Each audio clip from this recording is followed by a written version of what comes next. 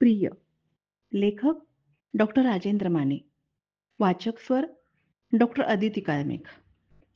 Ramakant Poddar. 29 November. प्रिय जो. वाईट बातमी सांगताना पत्राची सुरुवात काय करायची हे मला समजेना. आतापर्यंत तशी वेळ आली नव्हती. रामकाका गेले. आज 14वा दिवस. पण अजूनही खरं वाटत नाही. वाटतं आतल्या खोलीतून कोणत्याही क्षणी ते चहाचा कप घेऊन बाहेर येतील. पण नाही. आता ते कधीही येणार नाहीत. परवाचं तुझं पत्र आल्यावर तू लिहिलेला नमस्कार त्यांना सांगितला होता. त्यावेळी ते झोपूनच होते. सांध्यावर सूज होती. त्यात वय झालेलं. डॉक्टरांनी पेशंटच्या नातेवाईकांना असं सांगितलं की त्या नातेवाईकांची मोठी अवघड परिस्थिती होती.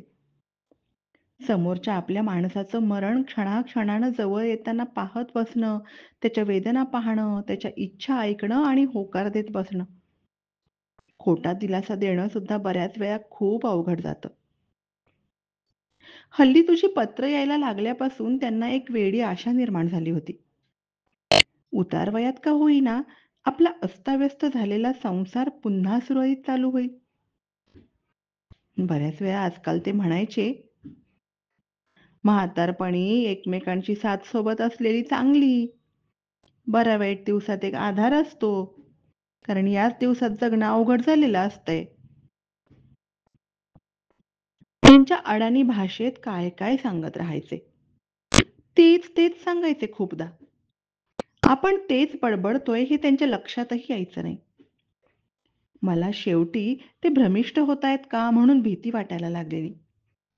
कारण मरायच्या अगोदर 15-20 दिवस त्यांना भास व्हायचे. कधी म्हणायचे, पिंपळाखाली तू बसलीयस.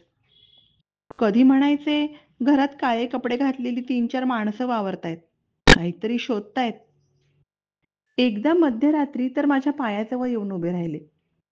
क्षणभर मीही घाबरलो. मी विचारलं तर म्हणाले, तुमच्या तोंडावर कोणीतरी काळं कापड घालत होतं. मी दुसऱ्या दिवशी डॉक्टरांना सगळं सांगितलं. डॉक्टर म्हणाले, त्यांच्या मेंदूला व्यवस्थित ग्लुकोज पोहोचत नाही, पण आता या अवस्थेत काही करता येणं शक्य नाही. जो मी क्षणाक्षणानं मरणारे रामकाका पाहिले. पण एक गोष्ट खरी, त्यांना मरणाची भीती वाटत नव्हती. मी एकदा त्यांना दिलासा द्यावा म्हणून तुम्ही लवकर बरे व्हाल असं म्हणालो, तर ते विचित्रसं हसले. म्हणाले, आता दिवस संपत आले. मी निघालो. खोटी आशा कशा पाय. तुम्ही सांभाळा. एकटं राहायची तुम्हाला सवय नाही. मी गप्प झालो. काय म्हणणार? राम काकांनी सगळी सेवा मला वाहिली. मी त्यांना काय दिलं? काय देता आलं असतं? नुसते प्रश्नच माझ्यासमोर उरले. पालीचं तुटलेलं शेपूट जसं वळवळत राहतं तसे वळवळत राहिले. मृत्यूच्या आदल्या दिवशी ते दिवसभर बडबडत राहिले. त्यांना तशी शुद्ध नव्हती. मलाही ते ओळखत नव्हते. मध्येच पिंपळाशी बोलत राहायचे. नसलेला पिंपळ त्यांच्या डोळ्यात फुलारायचा. त्याच्या पानांची सळसळ त्यांच्या कानाशी सलगी करायची. काळ पुरुषाशी बोलावं तसं त्या पिंपळाशी ते बोलत राहायचे. मध्येच तुला हाका मारायचे. एक प्रकार नव्हता. दिवसभर असं चाललं होतं. मी फक्त त्यांच्या शेजारी खुर्चीवर बसून होतो. त्यांना उठता येत नव्हतं, नाहीतर इकडं तिकडं धावलेही असते. अधूनमधून त्यांना मी चमच्यानं चहा कॉफी घालत होतो, पण त्याचा काही उपयोग नव्हता. ओठांच्या कडेनं ती ओघळून जायची. रात्री 1:30च्या सुमाराला ते शांत झाले. डोळे वटारलेले. जणू काहीतरी अघटित डोळ्यांसमोर दिसतंय असे. आणि तोंडही उघडं. एक सुद्धा दात नसलेलं. जीव जातो म्हणजे नक्की काहीतरी शरीराबाहेर पडत असावं. निदान त्या क्षणी तरी मला तसंच वाटलं. मी खूप वेळ त्यांच्या निश्चेष्ट शरीराकडे पाहत राहिलो. माझ्या लहानपणापासून मी त्यांना पाहत होतो. त्यांची सगळी रूपं माझ्या नजरेसमोर होती. रात्री 1:30 पासून पहाटेपर्यंत नुसता त्यांच्या शवाजवळ बसून होतो. पहाटे शेजारी कळवलं. ओळखीची 10-12 माणसं जमा झाली. एक प्रकारची शांतता घरभर बसून राहिली होती. टाहू फोडून रडणारं कोणी नव्हतं. सांत्वनाचे सोपस्कारही नव्हते. शेवटी अग्निसंस्कार करायलाच लागतो, तो माझ्या हातानेच झाला. त्यांच्या चितेभोवती फेऱ्या घालताना वाटलं, हे त्यांचे माझे ऋणानुबंध होते. जन्म आणि मृत्यू हे माणसाच्या हातात नसतात, तसेच कोणती माणसं आपल्या आयुष्यात यावीत, स्थिरावावीत, याचेही विधिसंकेत असावेत. माझे आई वडील वारले तेव्हा मला कळतही नव्हतं. त्यांना अग्नी माझ्या चुलत भावाने दिला होता आणि कोणताही नातेबंध नसलेल्या रामकाकांच्या नशिबी माझ्या हाताने अग्निसंस्कार होता. त्यावेळी मनात आलं, जेव्हा माझा मृत्यू होईल तेव्हा हे सोपस्कार कोण करेल? माझ्या चितेला आग देण्यासाठी सुद्धा परमेश्वराने कोणाला तरी नेमस्त केलेलं असेलच. शेवटी प्रत्येकाला ही वाट आहेच. 60व्या वर्षी असे कोणाचे सोपस्कार करणं मला सोसलं नाही. तिकडून आल्यापासून ब्लड प्रेशर वाढले. गोळ्या चालू आहेतच.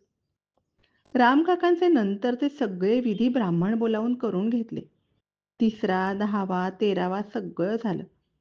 या विधींचं काय महत्व असतं कोणाला माहिती, पण त्यांचं काही मागे राहायला नको म्हणून आणि एक कर्तव्य भावना म्हणूनही सगळं केलं. खरं तर जोपर्यंत माणूस जिवंत आहे तोपर्यंत आपण त्याच्याशी कसं वागतो, बोलतो, काय खाऊ-पिऊ घालतो हेच महत्वाचं. एकदा तो मेला की नंतर करतो ते एक आपल्या मनाच्या किंवा इतर लोकांच्या समाधानासाठी. कावळा शिवणे या प्रकाराबाबतचं तत्व तर माझ्या लक्षातच येत नाही. कावळा शिवला नाही तर म्हणे मेलेल्या माणसाची कोणती तरी एक इच्छा मागे राहिलेली असते. माझ्या पाहण्यात तर वेगळंच आलंय. माझा एक मित्र वयाच्या 20व्या वर्षी अपघातात गेला होता. पण त्यांच्या पिंडाला कावळा एका क्षणात शिवला. तेच आमच्या शेजारचे वय 90चे आजोबा. त्यांच्या पिंडाला 4 तास होऊनही कावळा शिवला नाही. नातेवाईक पुन्हा पुन्हा पाया पडून आले, पण शेवटपर्यंत कावळा जवळ सुद्धा आला नाही. शेवटी ब्राह्मणाने दर्भाचा कावळा करून पिंड त्यांच्याकडून उष्टावला. कायद्यात जशा पळवाटा असतात तशा या प्रकारातही आहेतच. याचा अर्थ 20व्या वर्षी मरणाराची काही इच्छा मागे राहत नाही आणि 90व्या वर्षी मरणाऱ्या आजोबांची राहते असा धरायचा का? हे मनाला पटत नाही. रामकाकांच्या पिंडाला मात्र लगेच कावळा शिवला. त्यांच्या काही इच्छा होत्या का कोणाला माहिती, पण त्याविना तिथं काही प्रश्न नाही आला. जो आता खऱ्या अर्थाने माझं शेवटचं पर्व सुरू झालं. मागच्या पत्रात तू गोव्याला गेल्याचं वाचलं. जोपर्यंत होतंय तोपर्यंत फिरून घे. तुझ्यातली लेखिका समृद्ध व्हायला ते उपयोगी पडेल. तुझ्या प्रवासातली सुख-दुःख तू मोकळ्या मनानं लिहिलीयस. त्यामुळे वाचताना बरं वाटलं. पण आता वाटायला लागले, आपण दोघांनी ती विसरायला हवी. उषासारखी चांगली मैत्रीण तुझ्याबरोबर होती, ही तुझ्या आयुष्यातील महत्त्वपूर्ण बाब आहे. मन मोकळं करायला मैत्रीसारखं दुसरं चांगलं ठिकाण नाही. जिथं चांगलं वाईट, भलं बुरं सुद्धा सगळं मोकळं करता येतं, ते लोक महत्वाचे. ज्यांच्या आयुष्यात अशी ठिकाणं नसतात त्यांचं दुःख फार मोठं असतं. एक मात्र खरं, प्रत्येकाच्या आयुष्यात जमेपेक्षा उणं अधिक असतं, म्हणून जमेचं महत्त्व कमी होत नाही. जे मिळवलं त्याचं समाधानच आयुष्यात सुख देतं. उण्याचाच हिशोब करत राहिलं तर त्याबरोबर जमेचाही लय होतो. अनंताबद्दल खूप प्रांजळपणे तू लिहिलंयस. सगळं खरं असेलही, मला त्याबद्दल आता काही म्हणायचं नाही. पण ती वेळ मात्र तशीच होती. मला त्यावेळी सारखा तुम्हा दोघांबद्दल संशय वाटत राहायचा. मन सैरभैर व्हायचं. तुला मी न जाणो काय काय बोलायचो. त्यात राग, चीड असायची, पण त्या पाठी सुद्धा मला तुझ्याविषयी प्रेम होतंच. माणूस जवळच्या व्यक्तीवरच रागावतो, संशय घेतो, कारण ती व्यक्ती त्याला प्रिय असते. ती स्वतःपासून दुरावू नये ही भावना मनात असते.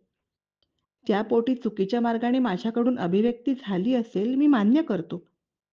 पण जो चुका कोणाच्या हातून होत नाहीत, खूप जणांच्या संसारात आपल्यासारख्या गोष्टी घडल्या नसतील का?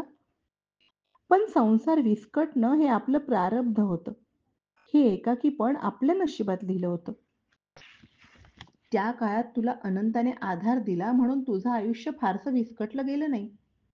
त्याला कोणती तरी एक स्थिर दिशा मिळाली. शिवाय समाजाला एक बुद्धिमान लेखिका मिळाली. रामकाका सत्वशिलेला नेहमी म्हणायचे, आमच्या वहिनी साहेब लई हुशार. साहेबांच्या सारखीच पुस्तकं लिहिल्यात त्यांनी. त्यांना वाचायला येत नव्हतं, नाहीतर तुझ्या पुस्तकांची त्यांनी पारायणं केली असती. तुला कदाचित माहिती नसेल, तुझी आत्तापर्यंत प्रकाशित झालेली सगळी पुस्तकं माझ्याजवळ आहेत. रामकाका शोकेशमध्ये रोज माझ्या नाटकांच्या पुस्तकांशेजारी तुझी पुस्तकं लावून ठेवायचे. धूळ साफ करायचे. पण आपल्या संबंधांवर मात्र तशीच धूळ साचून राहिली. जो ती आपणा दोघांनाही दूर करता नाही आली. हल्ली मला हे खूपदा वाटतं, मी तुला लिहिलेल्या पत्रात सुद्धा तेच तेच लिहित राहतो. हो, हे सगळं सांगण्यात एक सांगायचं राहिलं. गेल्या 3 आठवड्यांपासून माझ्याकडे एक तरुण मुलगा येतोय. वय 27-28च्या आसपास. त्याला माझ्या नाटकांच्यावर PhD करायची आहे. खरं तर आता त्याला माहिती देत बसण्यात मला कसलाच इंटरेस्ट नव्हता. पण तो आल्यामुळे दुपारचे 3-4 तास चांगले जातात. निदान घराला जाग तरी राहते. बरं वाटतं. तो आपला माझ्या समकालीन नाटककार, त्यांची नाटकं, त्यावर माझं मत असं खूपसं काही विचारत राहतो. बरोबर टेप रेकॉर्डरही घेऊन येतो. मी त्याच्याशी इतर विषयांवरच गप्पा मारण्याचा प्रयत्न करतो. रामकाका गेल्यावर 3-4 दिवस तो आला नव्हता. त्याचं नाव आहे सुशांत. पण मीच त्याला सांगितलं येत जा. परवा मला म्हणाला, सर, तुम्ही तुमचं आत्मचरित्र का लिहिलं नाही? तुम्ही ते लिहा. वाटल्यास ते लिहायला मी तुम्हाला मदत करीन. मी त्याला म्हटलं, अरे माझं आयुष्य म्हणजे एक गुंतागुंत आहे बेटा. समजायलाही अवघड आणि लिहायला त्याच्यापेक्षा अवघड. तो थोडा वेळ गप्प बसला. मग म्हणाला, मी बाईंचं आत्मकथन वाचलंय. त्यावर तुम्ही काहीच समर्थन दिलं नाहीत. निदान त्याबाबत काही लेख तरी तुम्ही लिहायला पाहिजेत. तुमच्या चाहत्यांच्या मनात नाहीतर संभ्रम निर्माण होईल. खूप भाबडेपणाने तो बोलत होता अगं. त्याच्याकडे पाहताना वाटलं, आपलं पहिलं बाळ जगलं असतं तर आता ते एवढंच आणि असंच दिसलं असतं. तेव्हापासून सुशांतबद्दल एक वेगळीच भावना माझ्या मनात घर करून बसलीये. एकदा मी त्याला सहज विचारलं, सुशांत, तुझं काही प्रेम प्रकरण वगैरे आहे का? त्यानं चमकून माझ्याकडे पाहिलं. क्षणभर सैरभैर झाला. मग म्हणाला, होतं. एकदा पोहायला गेलोय. आता पोरींकडे पाहावं असं वाटत सुद्धा नाही. तसं विचारायचा मला अधिकार नाही. वाटलं तर सांग, नाही तर सोडून दे. तुझं प्रेम कशामुळे फिसकटलं रे? सर, सांगेन कधीतरी. अगदी नक्की सांगेन. पण ही ती वेळ नव्हे. जो इतकं बोलतानाही त्याला भरून आलं होतं. प्रेमात माणसं कशी अंतर्बाह्य गुंतून जातात. आठवणींनी सुद्धा नको नको होतं. त्यात 20 ते 25 वयातली प्रेम प्रकरणं तर अगदी नाजूक. पण माणसानं त्या वयातही प्रेम करायला हवं. ते वय ते तेच वय. हुरहुर, आकर्षण, मिलन यांच्या संवेदना त्या वयात फार निराळ्या असतात. प्रौढावस्थेतल्या प्रेमाची चौकटच वेगळी असते. सुशांतचा प्रेमभंग झालाय एवढंच कळलं. या वयात खूपसे प्रेमभंगच होतात. त्याला कारणही खूपसं मोठं असावं लागतं अशातला भाग नाही. प्रौढ प्रेम हे उथळ नसतं हे मान्य, पण त्यात भर तारुण्यातली नवथरताही नसते. मी पण वसुंधरेवर, तुझ्यावर, सत्वशिलेवर, रजनीवर प्रेम केलंच. प्रत्येकाची चौकट वेगळी होती.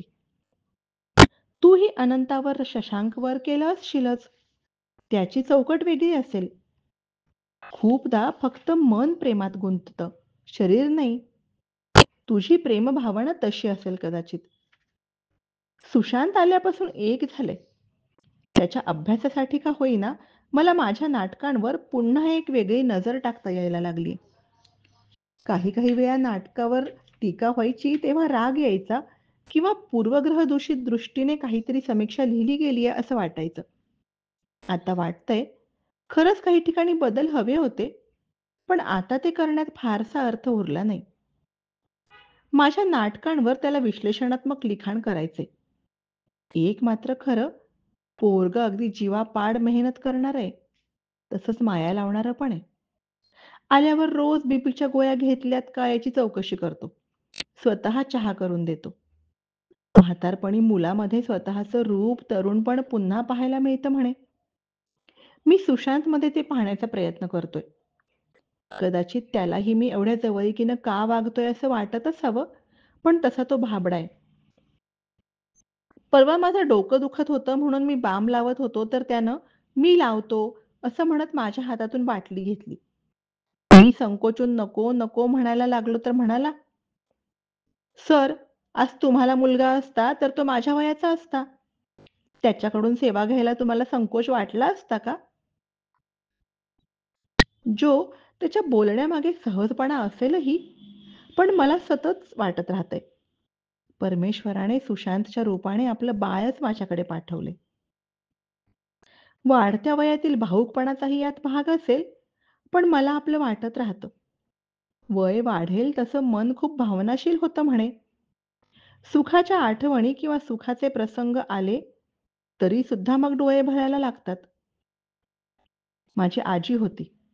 सख्खी नव्हे चुलत. 80 वर्षाची. कोणी तिला साधं भेटायला आलं, बरं आहे ना विचारलं तरी तिला भरून यायचं. मला तेव्हा काहीतरी वेगळं वाटायचं, पण आता पटतंय. परवा सुशांत माझ्या कपाळाला बाम चोळत होता, तेव्हा माझे डोळे भरून आले होते. जो, तू सांगितल्याप्रमाणे ज्ञानेश्वरी वाचायला सुरुवात केलीये, पण एका वेळी 5-7 पानांपेक्षा जास्त वाचवत नाही. मराठीत असली तरी समजायला खूपशी कठीण आहे. अर्थ लावून वाचावे लागते. मजेची गोष्ट म्हणजे रामकाका मधून-मधून जे सुभाषितासारखं त्यांच्या भाषेत बोलायचे, त्याचे संदर्भ ज्ञानेश्वरीत आढळतायत. रामकाकांना तर वाचायलाही येत नव्हतं. मग त्यातलं ज्ञान त्यांना कुठून आलं असावं? कालच त्यात गीतेतल्या श्लोकाचं भाषांतर वाचलं. ज्ञानेश्वरीबरोबर मी गीताही वाचतोय. त्यात लिहिलंय, "वासांसी जीर्णानि यथा विहाय, नवाणी गृह्णाति नरो अपराणि. तथा शरीराणि विहाय जीर्णानि, अन्यानि संयाती नवानि देही." आणि हे वाचल्यावर तू ज्ञानेश्वरी मला का वाचायला सांगितलीस ते लक्षात आलं. मृत्यूनं मरणार आहे ते फक्त शरीर, जे जीर्ण झालेल्या वस्त्रांप्रमाणे आहे. खरंच जो, आयुष्यात हातून घडलेल्या किती घटनांच्या खुणा किती स्वरूपात या शरीरावर मनावर आहेत. एक दृष्ट्या तेही मलिन आणि जीर्ण झाले. मृत्यूनं माझं शरीर नष्ट होईल, आत्मा पुन्हा दुसऱ्या शरीरात प्रवेश करेल. जो, हे सगळं खरं, पण आत्मा दुसऱ्या शरीरात गेल्यावर पुनर्जन्म विस्मृतीत जाईल. मला तसं नकोय जो. मला स्वच्छ नवीन शरीरानं पुन्हा तुझ्याबरोबरच जन्म हवाय. तू मला हवीयस जो. हा जन्म आता संपल्यातच जमाय. मिळणारा प्रत्येक क्षण हा आधार वाटतो. तू भेटशील ना भेटशील, पण जो, पुढील जन्मात पुन्हा ताटातूट नको. हे सगळं मी म्हातारपण आल्यामुळे फार भावनाप्रधान होऊन लिहितोय असं तुला वाटेल, पण हे खरंय. का कोणास ठाऊक, रामकाकांचा मृत्यू डोळ्यानं प्रत्यक्ष पाहिल्यापासून आपोआप मृत्यूबद्दलची भीती कमी झालीये. रामकाकांच्या निश्चेष्ट शरीराजवळ मी जवळ त्यावेळी 4-5 तास नुसता बसून होतो.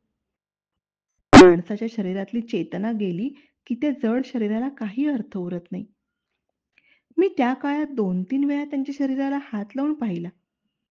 बर्फासारखं गार शरीर, डोळेही थिजल्यासारखे. पण एक मात्र खरं, त्या शांत वातावरणात एक मरणगंध जाणवत होता. तो मात्र अजूनही नाकात बसू नये. सकाळी रामकाकांच्या शवाजवळ सुगंधी उदबत्त्या लावल्या होत्या, तरी सुद्धा एक कुंद वास. जो त्यांच्या शरीराचा नव्हता, त्या मृत्यूचा होता. भयाण शांततेमध्ये माझ्या नाकानं तो टिपला होता. जो त्यावेळी मला सारखं वाटायचं. मी ज्यावेळी मृत होईन, त्यावेळी माझ्याजवळ कुणी असेल का? आणि त्यावेळी त्यालाही असं जाणवत राहील का? माझा मृत्यूगंध त्याच्या नाकात सामावून राहील? शेवटी आपल्या मरणाचं कोणाला दुःख होणार नसेल, कोणाच्या डोळ्यातून 2 अश्रू पाझरणार नसतील, तर मरणाला अर्थ काय? नाहीतर जगणं आणि मरणं दोन्ही निरर्थकच. जो माझ्या मरणाचं तरी तुला दुःख होईल का? हा प्रश्न माझ्या मनात येतो तेव्हा वाटतं, नाहीतरी मी तुला काय दिलं? कोणता एक तरी तृप्तीचा क्षण मी तुझ्या ओटीत टाकलाय का? मलाच आठवत नाही. जोपर्यंत मी तुझ्या बरोबर होतो, तेव्हा कुठल्या ना कुठल्या कैफात वावरत होतो. आता वाटतं मी खूप गमावलं. चांगल्या आठवणी काढण्याजोगते क्षण सुद्धा माझ्याजवळ नाहीत. कदाचित असं असावं म्हणूनच तुला अजूनही मला भेटावसं वाटत नसेल. शेवटी ओढ ही दोन्हीकडून असली तर त्याला अर्थ असतो. ज्यावेळी तुलाही खरोखर वाटेल की मला भेटायला हवं, तेव्हा भेट. मी त्या वेळेची वाट पाहीन. जो समजा तू तुझं पुढील आत्मकथन लिहिलंस, तर तुझ्या भेटीसाठी लागलेली माझी ही ओढ त्यात शब्दबद्ध कर. लोकांना रमाकांत पोद्दार हा नाटककार नुसताच रंडीबाज, नशा करणारा, बायकोला छळणारा म्हणून आठवायला नको. त्याच्याजवळही हृदय होतं, ओढ होती, पश्चाताप होता हेही लक्षात येऊ दे. मी आत्मचरित्र लिहिण्याचा प्रयत्नही करणार नाही. मला ते जमणारच नाही. आणि महत्वाचं, त्या जुन्या आठवणी काढणं आता झेपेल असं वाटत नाही. रामकाका गेल्यापासून कुठेतरी ही कमकुवतपणाची भावना मनात निर्माण झालीये. परवा मी सहज सुशांतनं विचारलं म्हणून त्याला सांगितलं, मी तुला जो म्हणून हाक मारायचो. अजूनही पत्रात जो म्हणूनच लिहितो. आपला अजूनही पत्रव्यवहार चालू आहे, हे कळून त्याला आश्चर्य वाटलं. त्यातही आता तू वयानं 55 झाल्यावर मी तुझा उल्लेख जो असा करतो म्हटल्यावर आणखीनच. तो म्हणाला, जो म्हटलं की 20-22 ची सडपातळ, मिडी घातलेली, बॉबचे केस मोकळे सोडलेली तरुणी डोळ्यासमोर येते. मी म्हटलं, अरे आम्ही दुरावलो तेव्हा ती 35 वर्षांची होती आणि मी तिच्या 20व्या वर्षापासून तिला जो म्हणतो. गेल्या 19 वर्षात आमची भेट सुद्धा झाली नाही. त्यामुळे माझ्या दृष्टीसमोर अजूनही जुनीच जो आहे. फार लिहीत नाही. रामकाका गेल्याचं दुःख वाटणार, पण इलाज नाही. ही ओहोटीचीच वेळ आहे. तुझाच रमाकांत.